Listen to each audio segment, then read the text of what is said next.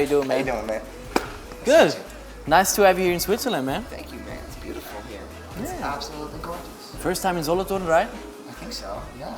Do you think you would have still become the musician that you are today if your parents wouldn't have kind of put you in this direction and maybe you wouldn't have I would be nowhere. your brother Nick Carter? No? I would be nowhere if it wasn't for my parents, not for my brother.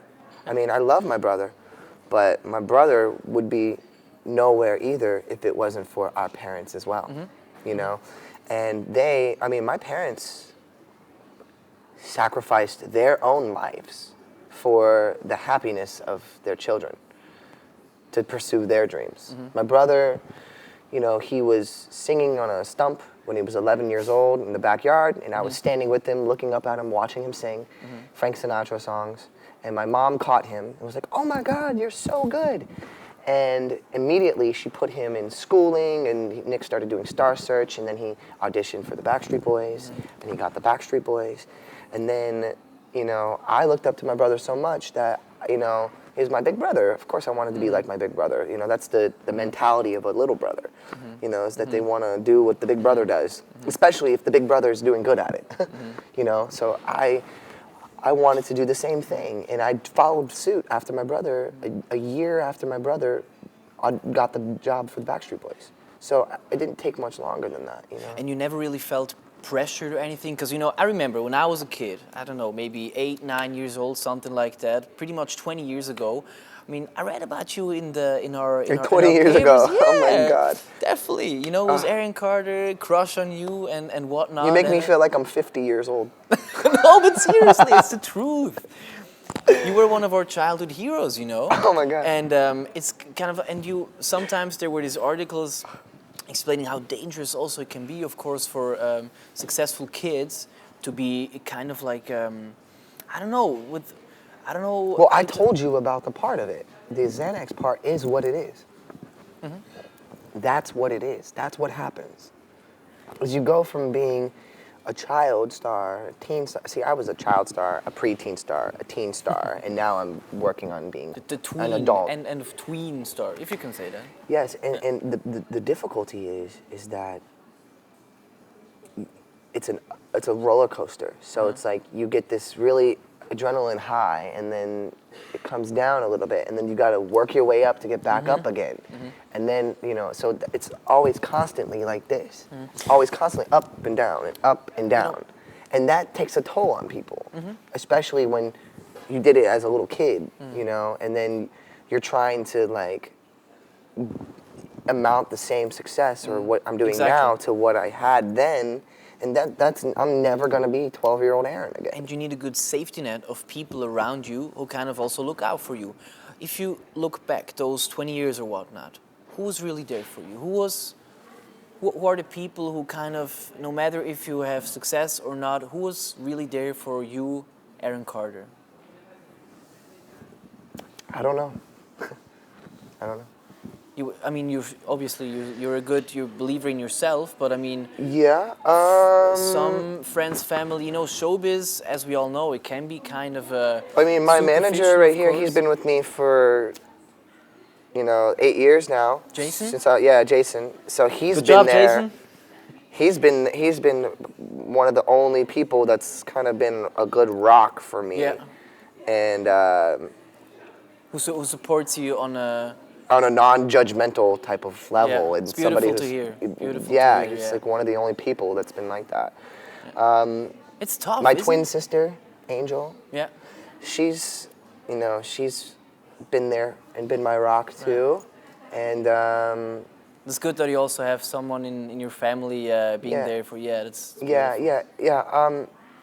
But it's also tough at the same time. You know, if you think, I mean, show business is really tough, and you're kind of in that whole shark's pond, you know, swimming around and trying to make your way, but at the same time, it's. Yeah, I mean, it's really difficult because the people who know me, who get to know, like, I live a couple of different lives, you know, and I have to step in and out of them, and I have to feel sane doing that, you know, and that's weird sometimes, you know, and what I'm trying to do with my life now is just kind of make them one. You know, not feel like I have to be a certain way with my So be girlfriend or congruent with- my manager, and then Right. step into an interview and then be different with you. I don't want to do that. No, I feel you're 100% yourself. I seldomly get that from an interview partner. Oh, really? But it's a real pleasure talking to you, Aaron, man. Thanks, Seriously. man. Yeah. Honestly, it's funny. When I sat down here with you, I kind of had an epiphany moment. I was like looking at you, and I was like, you know what? Like, I'm gonna keep it real with you. That's good. That's good. I like instead of, people keeping it real with me. Yeah, but really real, and then do that from here on out. That's good. That's good. You know? That's good. I think it's working out just perfectly so far. Thanks. What's the other kind of, if you think about big life lessons? I mean, you were talking about the whole bringing your different lives together and whatnot. What have you learned in the last few years? You know, on your way back up or comeback or whatever you want to call it. Just like I've learned to appreciate what I have when I have it. Because Good stuff. you don't realize what you have until it's gone. good stuff. Maybe also talking about some woman in your life a couple of years back. Is that still a thing? Nah. Glad to hear, though. I mean, I always felt really bad, you know, with that whole Hillary Duff thing. And I always thought, man, Aaron, come on. You're such a great guy. Move on. And there's some other very beautiful women, and maybe who like you for other things than maybe she did. I don't know. Of course, I don't know the relationship. And I've just met you, but you don't have a girlfriend right now, do you? I do. Oh, you do? Why does no one talk about that? For how long? For how long, man? For a good period of time. Seriously? Yeah. I didn't know. Yeah. Congratulations, man. Yeah. Thank you. Real glad to hear that. Thank So you. it's working out just fine, I guess. It's amazing. American girl? I think so. You think so? I think she's American. No, she's foreign. Where are you from? Foreign. Greece? Where are you hiding her? She's not here. Okay. But very glad. I'm kidding, that's her right there. Feels good. Feels good to have another rock in your life, maybe. It feels great. I feel like the most like secure and great in my life. Like I have a very Nice. amazing girlfriend. I have an amazing manager and best friend, which is rare. You don't get that very often, do you? And actually, you don't need a Like we started off like friends first, and then I realized that he was, you know, really good at business, Right. and he understood me first before understanding, like looking at me just as, you know, Aaron Carter or something like that. So, and that was really refreshing. right. For me. I mean, he might not even get it, but for me, it was really refreshing for me because my life is usually lonely because I don't know, man. It's just another thing. People have preconceived notion of who I am before they even know me.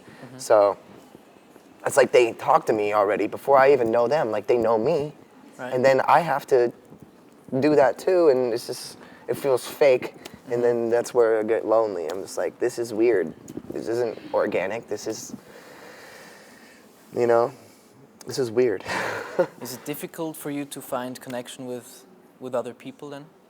It's really difficult to find connection with people because, you know, millions and millions and millions and millions of people know who I am. You know, it might not say that on Twitter. Maybe I have 430,000 people who follow me on Twitter, but millions, tens and tens of millions of people know who I am. And it gets weird sometimes. I can't even imagine it. It gets weird. Yeah. I get weirded out by it. I do. You do? Yeah, I do. And I kind of have to keep it inside a little bit. But now I'm just getting to the point where I'm just like, no, I don't want to keep it inside. You know, if I'm feeling a certain way, I'm gonna be me, and feel how I want to feel, and not feel how I want you to feel. You know, Exactly. about me. Yeah. You know, and then if I should like, I don't want to look at people like they're a chess game anymore, and like I have to like figure out what their next move is. No strategy. So no strategy. Yeah. Like no, I don't want to do that. It's tiring, and you know what? It gets me nowhere. It's true.